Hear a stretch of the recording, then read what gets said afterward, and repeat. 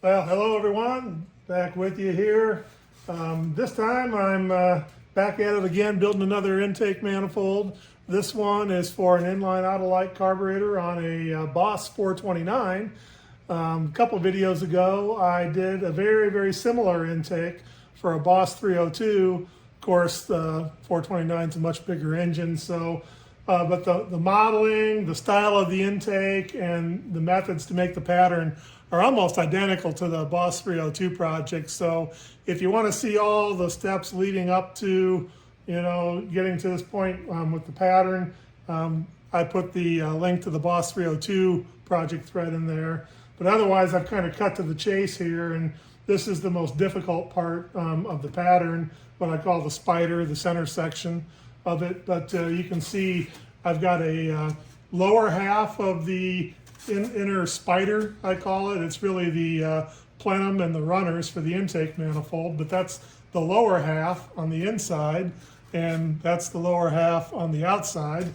And here is the upper half on the outside, the exterior features, and there's the inside. So they're in the machine frames. I machine them out of this, and these holes here in the end are the registration holes, so I can locate the part precisely when I flip it over to do the two-sided machining. But as opposed to spending too much time here with them in the machine frames, let me get them cut out of the machine frames and get them stuck together and a little bit of finish work on it. We'll have a look at the center section of the intake manifold. Stay tuned. All right, everyone, well, back with you. I cut the upper and lower sections out of the machine frames, glued them together, and did a little sanding on the plenum and runner assembly. And as you can see right here, it looks pretty good. I'll tell you, I usually work with small block Ford stuff, but working on a Boss 429 intake, these runners, they're just absolutely massive. The OD is almost 3 inches. It's 2 3/4 inches on the OD, and it shows it. But if you look in the plenum there, I mean, pretty good shot. Nice little fillet entry there, and in the front where the distributor clearance, I moved the plenum rearward for distributor clearance. So yeah, on the bottom, not a whole lot going on there, but yeah, it looks good. And I already have the intake flanges modeled and the cam program. I'm holding off on cutting them though, because the water neck and at the front here is a little tricky as to how I'm going to interface it with the valley pan and the 2 intake flanges. So I want to get that design work finished up before I cut those parts. But I'm just about there, and we'll revisit the subject after I get those parts cut. Stay tuned. All right, everyone, I'm back with you, and I've kind of just fast forwarded to the point where I've got the pattern broken down into what I call the kit to put it together with. If you want to see more detail on how I make the individual pattern parts, as I mentioned earlier, this intake is very similar to my Boss 302 intake, and there's a link in the description of this video, and you can go there. I'm not going to duplicate all that here because these intakes, they're all pretty similar as far as process. Dimensionally, they differ, but process-wise, they're the same, so I'm not going to go through all that duplication. If you want to see that, you can peruse some of my other videos on that. But this is the kit, and you can see here, we already talked about the spider or the plenum and runner section back there. It's sitting on my assembly jig. And then I made the intake flanges here, which you can see. They were 3D cut on this side. And there's a pair of them. There's a right and left because the water port right here is on the front on each side. So that's what makes them right and left.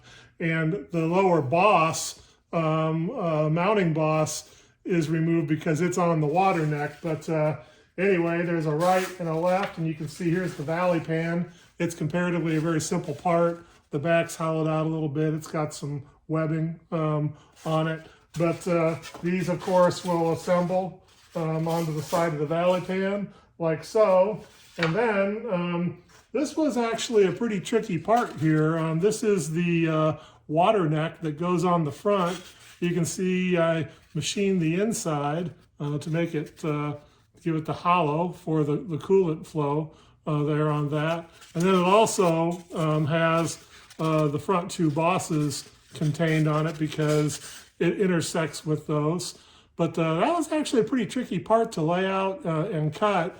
And I'll show you later, I'll have to add a couple of small pieces to it here and right here, because it just wasn't worth complicating the model and the cutting to do it when I could just cut them and add them after the fact. But I think what I'm going to do now is I'll do as I often do, and that is I'll do a test fit and tape it together and see how it looks. And if I like it, then I'll go to my assembly jig to glue it all together. And I'll have to make a modification to my assembly jig because the Boss 429, oddly, instead of the intake flanges being at 45 degrees, they're actually at 37 degrees or 53 degrees. They're steeper towards vertical, which is kind of bizarre. It's pretty unusual for a Ford engine. All the 90-degree Vs have the head faces at 45 degrees, but not Boss 429. So I'll have to modify my assembly fixture a little bit to accommodate that. But I'm going to break away and I'm going to go ahead and do a test fit and tape it together, and maybe we'll come back and take a quick look at it after I get it taped together, and we'll see how it looks and if I like it. Stay tuned. All right, everyone, back with you, and I've got her taped together for a test fit, and I gotta say, this is one of my favorite stages of the project because it's where everything comes all together for a first time, really, to look like a real intake. And I can say I'm pretty happy with the fit. We can take a look at it here, but I've just got her taped together. You can see there, you can see down the runners. I've got the valley pan, taped on there. It's just taped with little pieces here at the seam. Same thing here on this side. So it actually holds it together pretty firmly, and I've got little butterfly type strips of tape holding each of the individual runners in place. And I went ahead and I glued I taped the water neck on the front, and it all looks really good. Now, the thing I was talking about before in the water neck, you can see how these bosses here aren't completely round, and there's an opening there. I'll add a piece that does that final sealing between the water neck and the valley pan. It also completes the bosses there, and that'll just be an integral part of the water neck at that point. But yeah, I'm happy with the test fit. I think I'll modify my my assembly fixture to the angles of the Boss 9 intake flanges, and go ahead and glue everything up and do a little bit of detailing, and then we can stop back and look at it after I get it to that point. But it'll look a lot similar to this, only just detailed up a little bit. So it's looking pretty good. It's looking like a Boss 9 intake should. So stay tuned and be back with you shortly. Well, hello everyone, I'm back with you, and as promised, I managed to get all those pieces glued together into the intake manifold pattern there, and also do a little bit of detailing to pretty it up a little bit, so I thought we'd have a look at it. A couple things first. Instead of making new wooden wings at the 53-degree angle for the Boss 9, I just cut myself some foam inserts to change the angle from 45. That worked out well. It was quick and easy on that. And as you can see, I went ahead and made up a couple more plenum tops. There in the background, you can see there's actually 4 different versions of the plenum top, or carb adapter, if you will. This one has an angled carb pad, and it has the 875 CFM A-carb bore size. There's also a version of this one with the B-carb bore size, which you can see in the background, both in the angled and flat carb pads. So they all interchange. It just depends on how the system's going to be configured. This unit, I mean, at a stock displacement of 429 cubic inches, it'd probably be best suited for an A-carb, but people build big displacement strokers on the 385 series blocks, 460 blocks in the mid 500s and even high 500s. And in that case, I'd probably configure the larger 1425 CFM B-carb for it. But anyway, that's the carb adapter and the assembly fixture. Let's have a look at the intake manifold. So you saw most of it before when I had it just taped together. The only difference is now it's permanently assembled on that. And you saw the interior of the runners and the water neck detail. There's the underside there. I made that little piece that you saw in the picture that capped off the bottom of it and then completed the two bosses, one for the heater hose port and the other one just for a sensor port on that. And you can probably see that I did a little detailing there with some wax fillet where the water neck almost touched the front runners, so I just went ahead and connected them with fillet just because it'll make it cast better on that. And then of course the bottom side is just the valley pan that you saw before. But yeah, it looks pretty nice. Maybe give you a little close up there of the interface with the runners there. They're all blended pretty nice. Let's have a look over here on this side too and have a close look at those there. So yeah, this one, it's pretty much ready. It'll get a few more details, but it's pretty much ready to be sprued and gated up. At some point in the past, I was kind of going through my my little foam spares. I must have been thinking about making a B9 intake because I made this little part number for it here. That I don't know if I'll go with that one or not, but if I do, I'll probably just glue it on and stick it right there. And outside of that, yeah, it's looking like a Boss 429 inline carb intake now. So I'll probably just go ahead and gate it up. We'll have a quick look at it after I gate it up, and then you know what happens next. Foam becomes metal. So stay tuned. Well, hello everyone, back with you. I think I've moved them along to the point where they're ready to be coated, but let's take a quick look at them before I do that. First, the carburetor adapters, pretty simple here. I just got a couple of runners and gates that attach the length of those there at the gasket surface, so you can see that nothing too special on these, pretty simple part.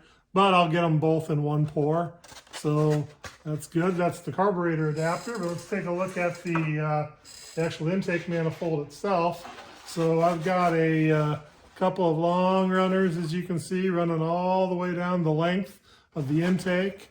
And you look at them, you can see the contact area is cut down to about 3/16 of an inch, the whole length of it there. And that serves to be fed from this end. Now I didn't put the Y branch on here. I got this chunk of wood, and this piece here, I don't think I'd need it to feed the part, but it's extra support. It's glued here and it's glued here, and this chunk of wood is glued on the top because this thing is going to be heavy as all get out when it gets dipped in that dip coating. So I need something pretty strong and substantial to hang it from as it sheds all the coating, and this is what I came up with to do that. After it dries, I'll cut this off, and then I'll go ahead and I'll add the kind of Y branch and sprue onto it as a secondary.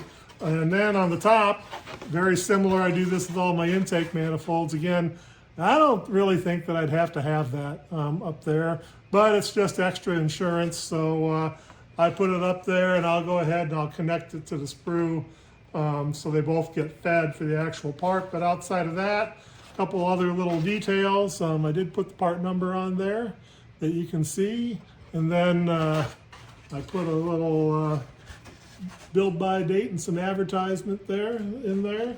And the other thing that I'll do is I'll probably plug the thermostat neck and the holes here and this one here, because I won't be able to get in a position to get that to drain well. So what I'll probably do is after I'll plug all those holes, I'll dip it and basically get all the exterior and the runners of the intake coated. Then after that dries, I'll probably go ahead and then just coat the inside so I can stand it up like this and I can get all the excess coating to run out of it. Otherwise it'll puddle in there and be thick and I'll never get it to dry. So And lastly, I've got my little drying feet here that I always put on it. That's because when I get this thing dipped and I hang it, I want to get it sitting down on a flat surface so it stays flat and doesn't get distorted by the weight of all the coating on it. And I just let it sit in that position until it's dry. And then after they dry, they're one heck of a lot stiffer. I mean, it's pretty stiff right now. I mean, amazingly so for just being foam. But after it gets a coat of refractory coating on it and that dries, then they're even stiffer than that. So anyway, well, next time you see it, it should be coated in refractory coating and be ready to get poured. Stay tuned. All right, everyone, I'm back with you, and as you can see sitting there, I got it dip coated without incident. So this one is pretty straightforward. You just plunge it in the vat and let it shed a little bit of coating and hang it to dry. So it's ready to go. It needs a little bit of this cut off and the sprue extension added to it, but when I do, I ought to get a pair of carburetor adapters for the intakes out of that. And then the intake itself, I did as I suggested. I made some plugs. I plugged the thermostat opening. You can see the ports here in the side and the port here in front. Because I mentioned I didn't want that thermostat neck filling up with a bunch of extra coating and it puddling in there because it wouldn't have drained out very well for me. So I'll go ahead and install a couple of the plugs and just kind of slush some coating back and forth in there and then let it stand on its side and drain to coat the inside of it. And outside of that, I mean, there's not a whole lot to see different than what was on the pattern. It's just fully coated here, as you can see. So outside of that, I did have these chunks of wood glued on here and this little shelf. It worked really well. It was very strong and it was easy for me to plunge the pattern into the vat because as I've mentioned before in my other videos, the styrofoam, of course, is very buoyant in that vat, and it takes a fair amount of force, to shove that underneath the surface of the coating. So this was strong enough, and it was strong enough to hold it when I hung it. Now I'll cut that off, and I'll go ahead and I started making the gate and sprue there. But obviously, when I get the wood cut off, this will replace it right here. And then I'll connect this top runner and gate activity here down to the sprue and coat those and glue them on, and then it'll be ready to mold. So I'll probably wait a few days for that because I got some other things and other obligations to take care of, and it's hotter than all get out outside right now. But early next week looks like a good time, good casting weather, so I'm hoping that I'll go ahead and I'll cast it then. Stay tuned and we'll see how it looks. All right, everybody. Well, we're skimmed and ready for the pour. We got 40 pounds of molten aluminum in the A60, and it's at 1375 Fahrenheit. Let's see if I can grab it and pour the mold.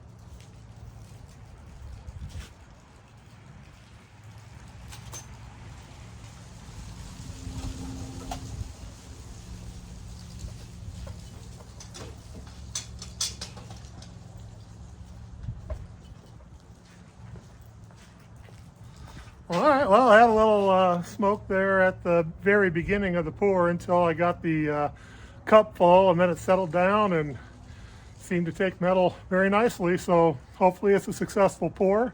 We'll wait for it to cool off for a little while and demold and see what we've got.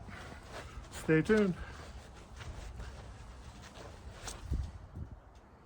Well, and happy day, happy news. Got a good casting. So we're just letting that puppy cool off. And then we'll maybe degate it and clean it up a little bit and take a closer look. Well, hello everyone, I'm back with you, and I thought we'd just take a quick look at the raw casting. I degated it, did a light media blast on it to pretty it up a little bit, and happy to report it's a pretty nice looking casting. So you can take a look here. There's the water neck, maybe a front end shot here. You can see what she looks like there. And then most impressive thing is, I give you a shot of, you can see down those ports. This is a Boss 429 ports are just absolutely massive. They're 2 1/4 inches in diameter at the cylinder head, and that makes those runners almost 3 inches in diameter, 2 3/4 inch diameter on the outside wall there. And here's the underside of the casting. It's pretty decent looking. I'll throw some still pictures in so you can take a look at the still pictures, have a little bit more time to see what they look like. But yeah, it's a nice casting for sure. I'm looking forward to heat treating it and getting it machined. And I've kind of standardized on this plenum shape for the inline carb, which means I've been able to standardize on these carburetor adapters on here. So you can see that it fits right on top of the intake manifold there. So yeah, it's pretty nice, and should make a nice intake manifold for sure. And I've got several different versions of those carburetor adapters. This one is an angled carb pad, so the carburetor sits level. It happens to have the large B carb 2 1/4 inch opening on it, but I have a version of each in the A carb size, which is 1 11 3/16 too. This intake, given the size of the runners that Boss 9s have, and the fact that with Kazi out there making his Boss 9 heads, people are building some huge displacement 385 series engines with those things. And with a B carb on this, which is a 1425 CFM carb, you could have a high 500 cubic inch engine that that carb could support pretty easily, particularly if it was just a fun street machine. So I'll finish it up and build it into a system, and after I get it machined, maybe we'll have a quick look at it, and then I'll put all the frill on it and finish it up. Stay tuned. Slow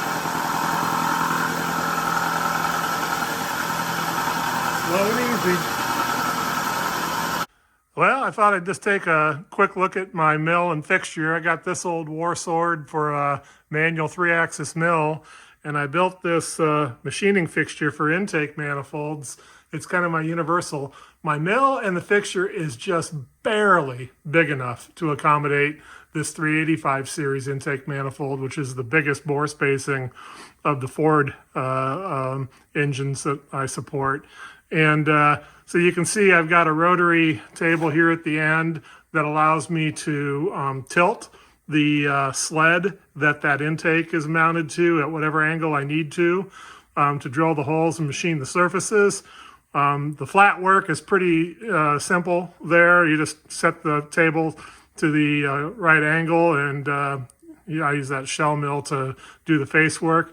For the holes, I have a CAD model of the fixture, and I know on the x-axis where the holes are because I've done that layout work.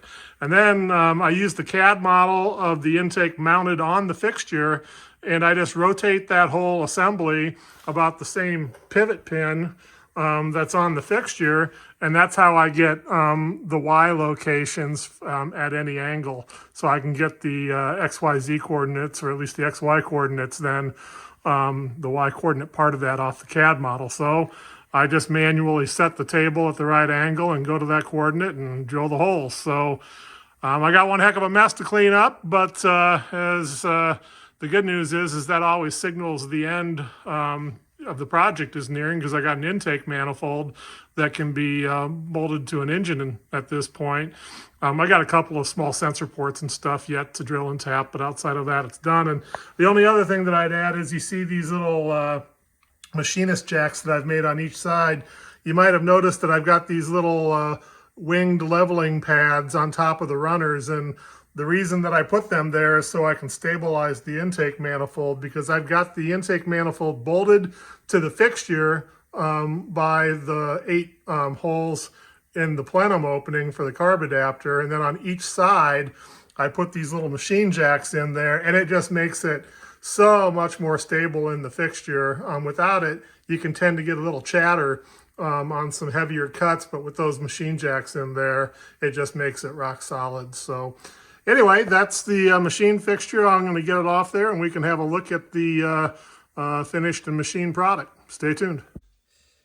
Well, hello everyone, I'm back with you, and we're at kind of a major milestone in the project, as it always is. The intake manifold is heat treated and completely machined and ready for service. So that's always a big milestone in the project. So the only thing that follows is the fun of me getting to build it into a system and put all the hardware and carburetor on it and so on. So I'm looking forward to that too. But let's have a look at the intake manifold, how it came out. I just have the carb adapter sitting on top of it here. You've seen those in the previous portions of the video. And here's that casting that you were looking at. The difference is, of course, that now the everything's machined, all the mating surfaces.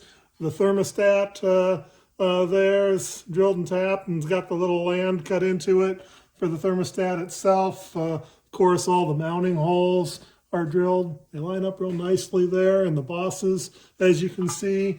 I drilled a couple of MPT ports. I discovered I misplaced my 1/2-inch MPT tap somewhere, so the only thing I have left to do is to put a tap through that hole, but all the rest of them, sensor ports are 3/8 MPT, and they're tapped. There's one here on top of the water neck, as you can see. There's one here that goes to the water pump via a stubby hose barb. And I put just a vacuum port on the back of the plenum if for any reason they needed to tap that for vacuum accessories or tuning. So if we take a look at the underside, you can see that all the flat work is done. Got a pretty decent finish on the intake flange surfaces. There's the water port there, and I did put my, it's upside down there. I did put www.inlinecarb.com on there. I'll be updating that website. It's well overdue for a website update, but it's looking pretty darn good. I'll tell you, I'm very pleased with how it came out. You can really see the advantages of lost foam casting with the core, pretty intricate core that was in the water neck there, and then a pretty complex set of coring for the plenum and all the runners. Yeah, that's really a big advantage of lost foam, not to mention just the sheer size of the casting, being able to do that with inexpensive loose silica sand as opposed to, you know, way more expensive investment block or shell casting on that. So anyway, that's why I'm a lost foam caster and why I've developed the processes that I do, because it's very practical for doing one-offs and small quantity castings like this. But I'll get on with building it into a system, and we'll stop back and have a look at it after I do that. And stay tuned. All right, back with you. Just thought I'd put a carburetor on it to see how it looks ready to run. And you can see I've added some of my frill here. It's got a return spring, a little quick release ball detent here for the accelerator cable. I still have an accelerator bracket to make that I sit right here. Just depends on what it's going on as to how I make that bracket. So I'll wait until I get confirmation on that before I make that bracket. But just maybe to take a look at the other side, it has one of my fuel logs on there that you can see. And here's the second part, the redundant return spring on that. And yeah, I think it does a pretty tidy job of connecting the two fuel wells. And then up here in front, it's got a -8, single -8 AN port that you can connect to. So yeah, it's time to wrap this project up. It's another inline carb intake manifold for the books. This time it's for Boss 429.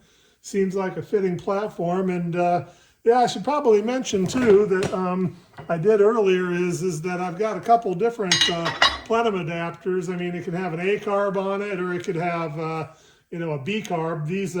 This opening is for the B carb, the larger B carb opening. At 429, I'd probably be tempted to run the 875 carb on it. If you had like a 550, you know, 570 cubic inch mountain motor or something, I'd probably run the 1425 CFM B carb on it. And depending on what it's going into, you may want to, you know, run the angled carb pad because that's the way they sit in passenger cars. And you really don't lose any under hood height because it doesn't change the height at the front of the carburetor, just at the back. So, but anyway, yeah, it's time to stick a fork in it. This one's done. Thanks for watching. Be sure to read the description. I've got a couple of links there in the description to the build thread on the Home Foundry forum, which is, you know, I'm an admin there, and a big part of what I do, besides carburetors and motorsport, is castings. And I like to merge the two and fuse the two on projects like this. So thanks again for watching, and click around. I've got lots of other process and inline carb intake manifold build videos on my channel. Be sure to take those in. Till next time, we'll catch you later.